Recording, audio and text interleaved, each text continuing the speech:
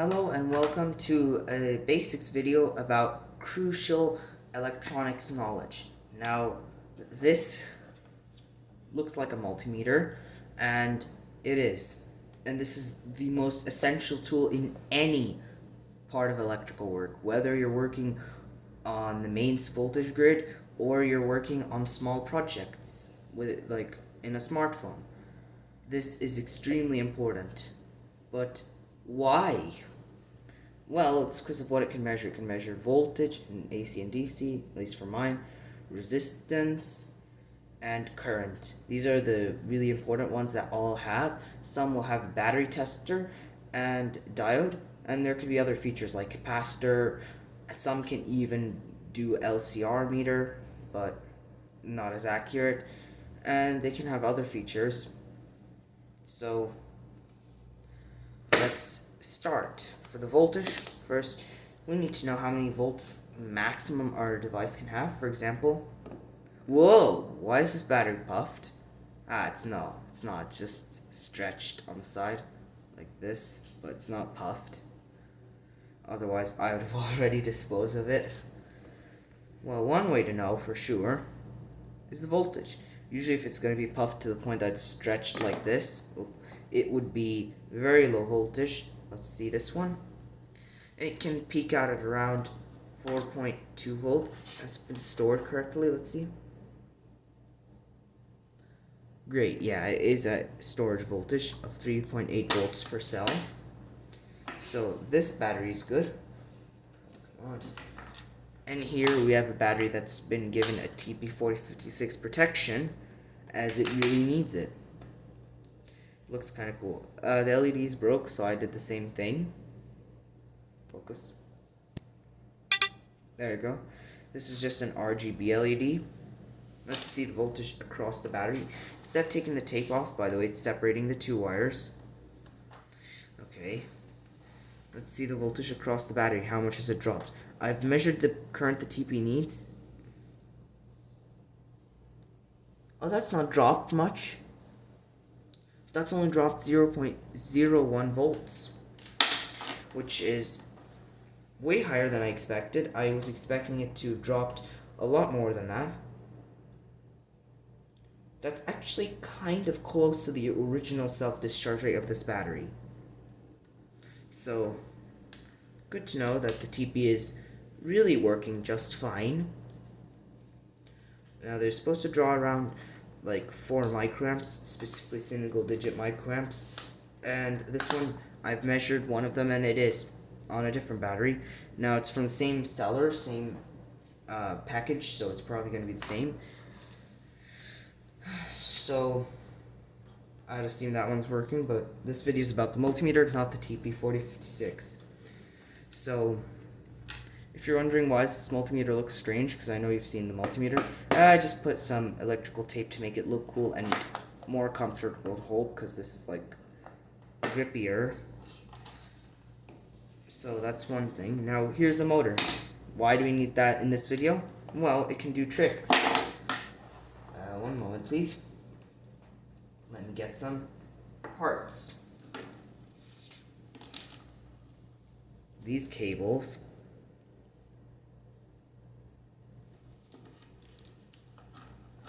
it doesn't really matter the polarity.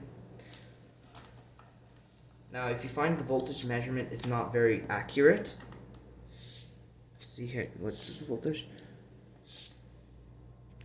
Let me focus on that for you. Yes, motors can be used as generators. See how the voltage reading is low? Let's make it more accurate. See, now you can get a much more accurate number for the voltage.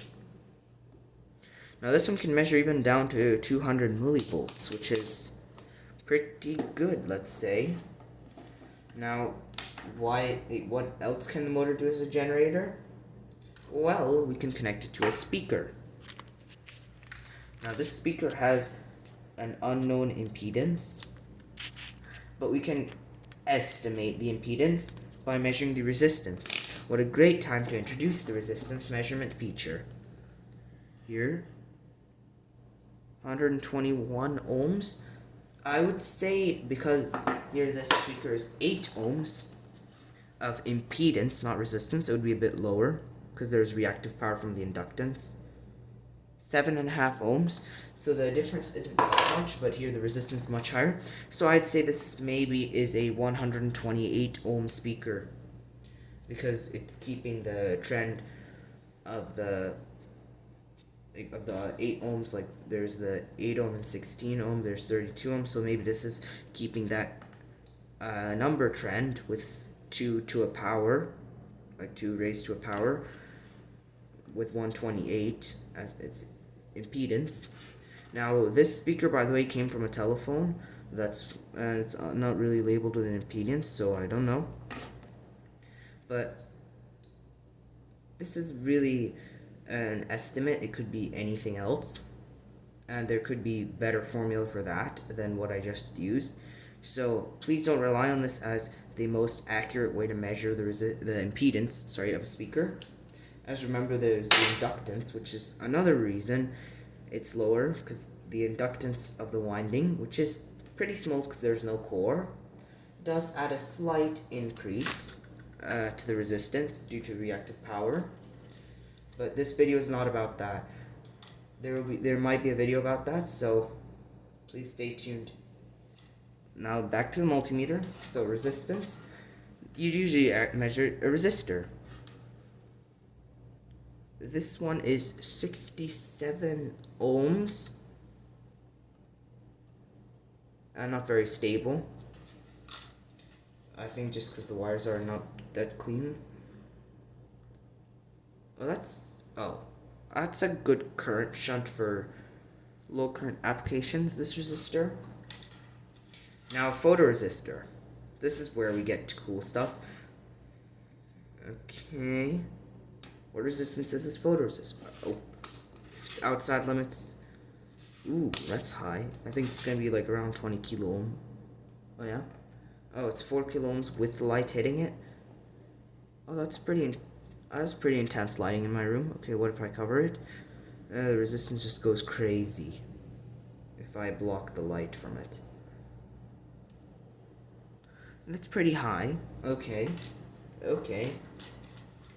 Now, let's go to a variable resistor. Oh, this one's in the low resistance point.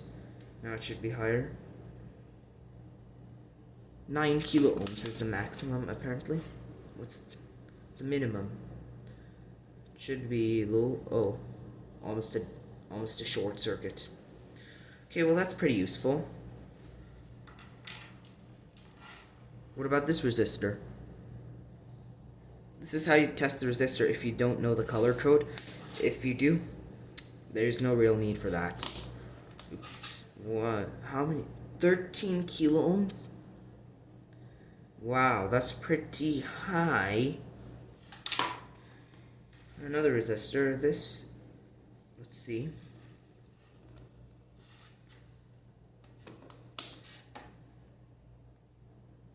Oh.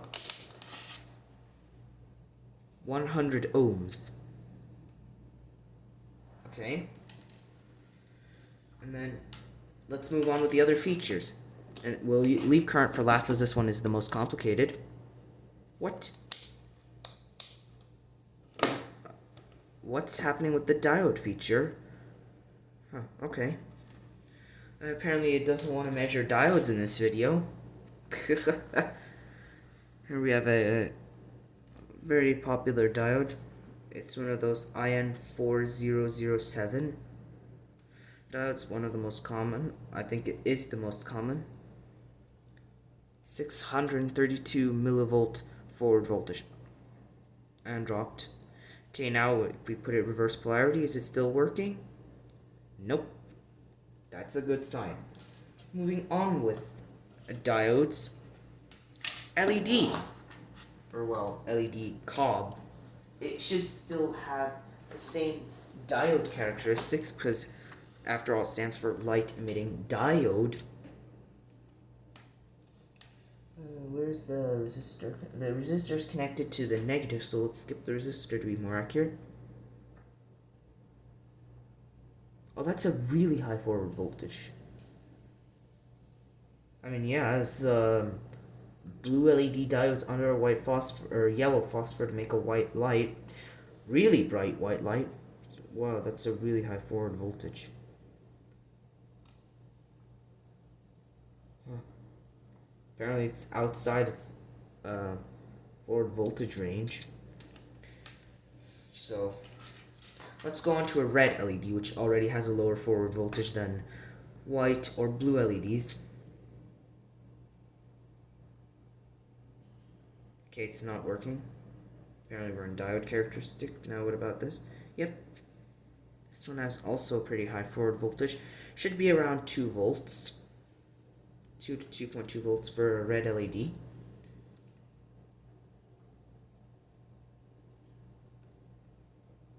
Which way?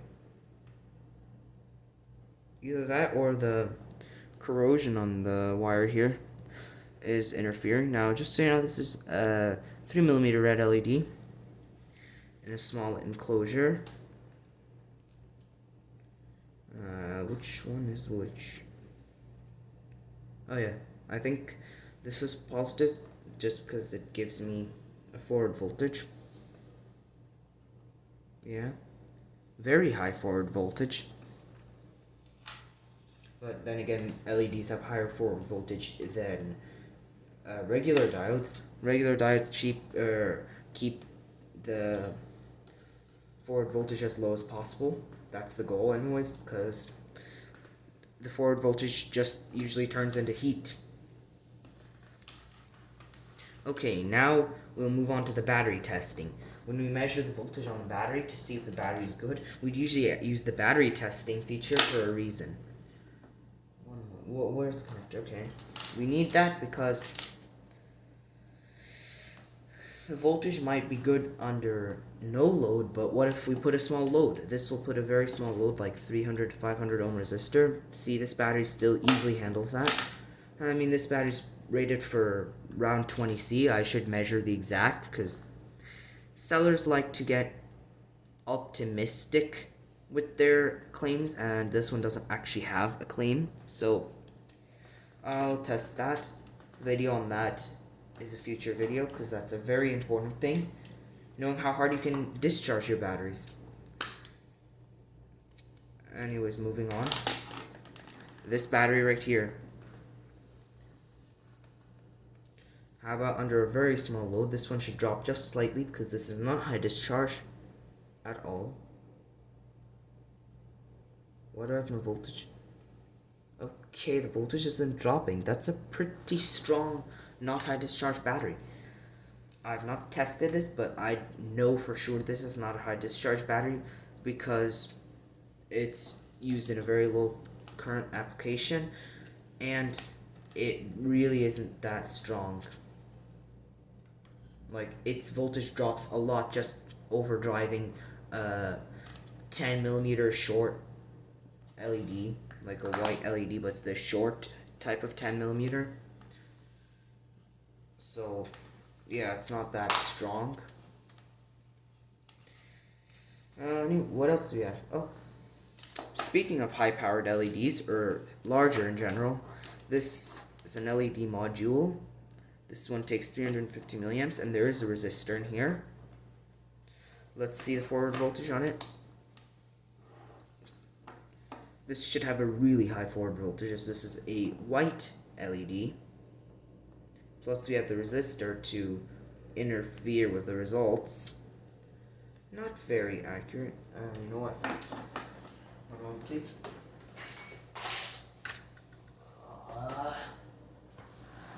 Got a connector.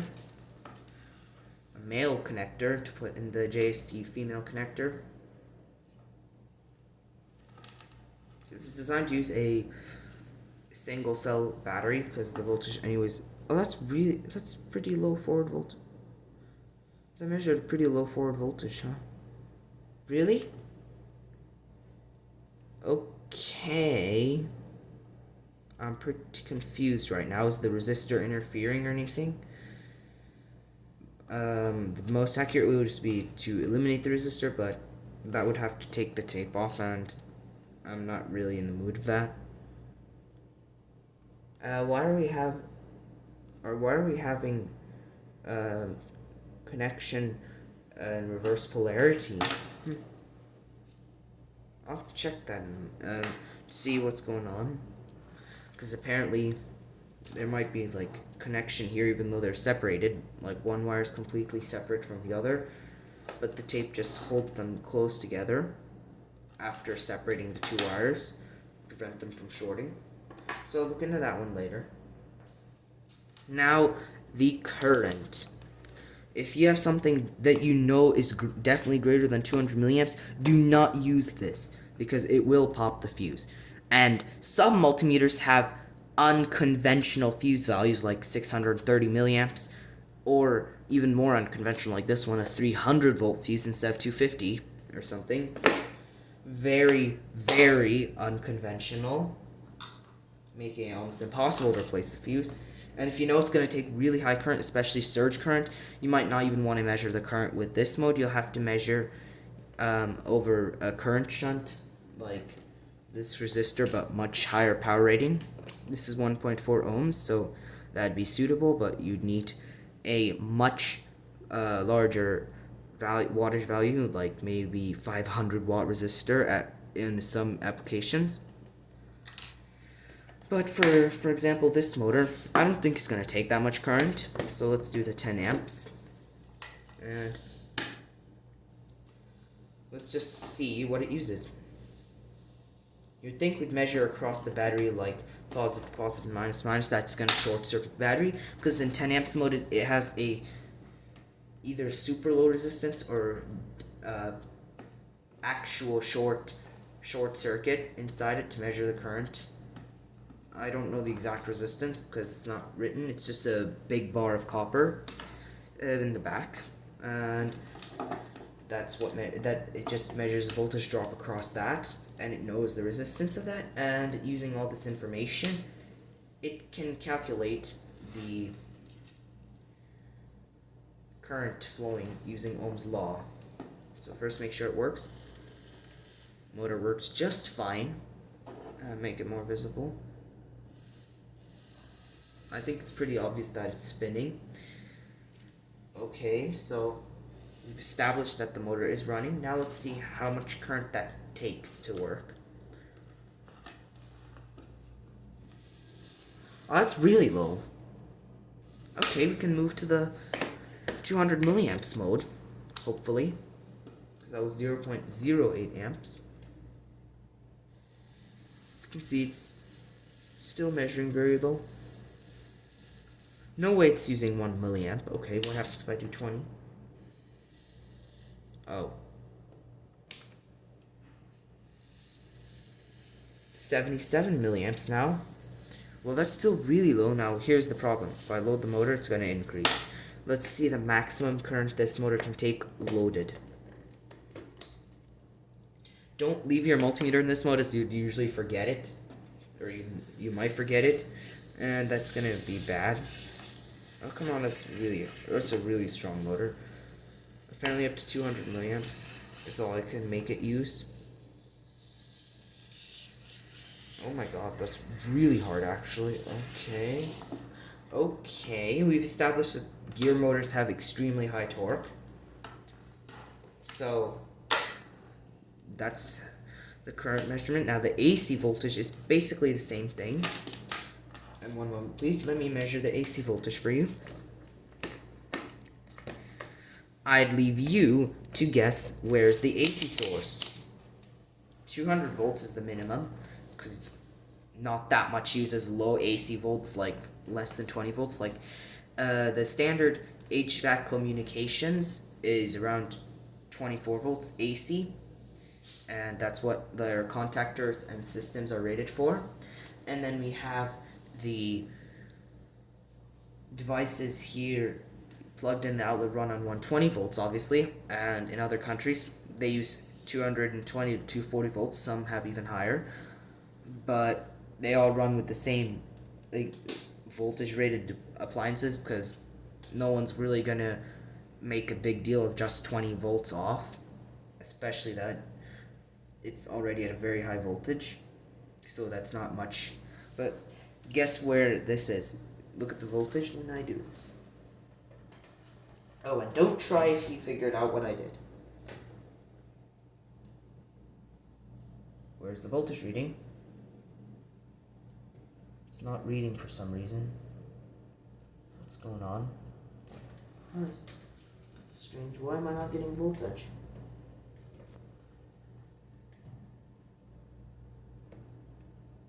Okay. Oh, there we go. We got a quick connection. Looks like we have a really bad connection right now. Okay, there we go. 122.9 volts RMS. Or, well, at least we can assume it. Make sure. Okay. The multimeter is no longer any risk.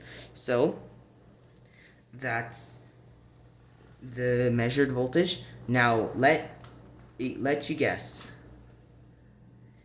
If you need time, you can pause. Okay, time up. The answer is I just measured the voltage from the outlet.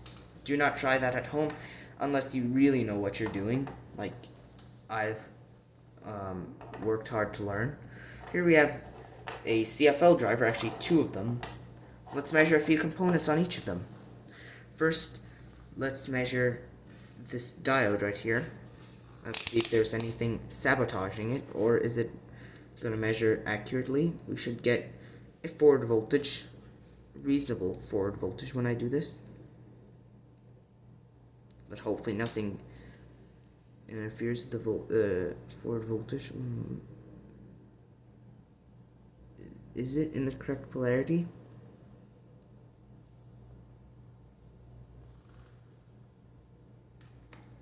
That's strange. Oh, okay, we got a forward voltage. One moment. As I try to line this up to get a nice thing, because admit it, it's not that easy to hold this while also trying to hold two not very sharp multimeter probes on it. And make sure they're also touching the conductive part of the diode, not the plastic package they're in, which also kind of gives away their current capability. Because some diode packages are standard, so, like standard current, and same with MOSFETs.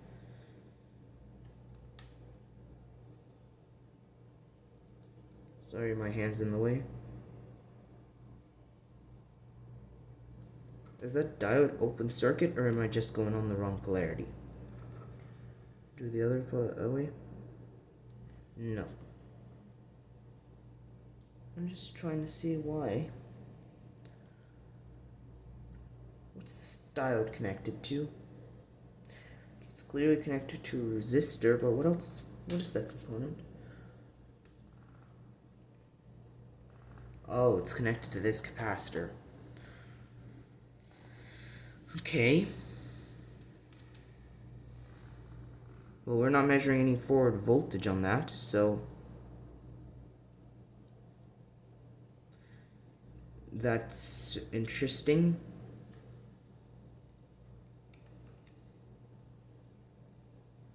The resistor is connected to one of the transistors.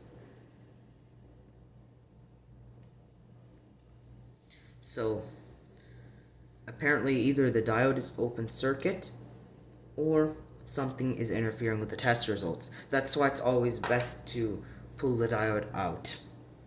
That's why we usually pull the components off of a circuit when we measure them.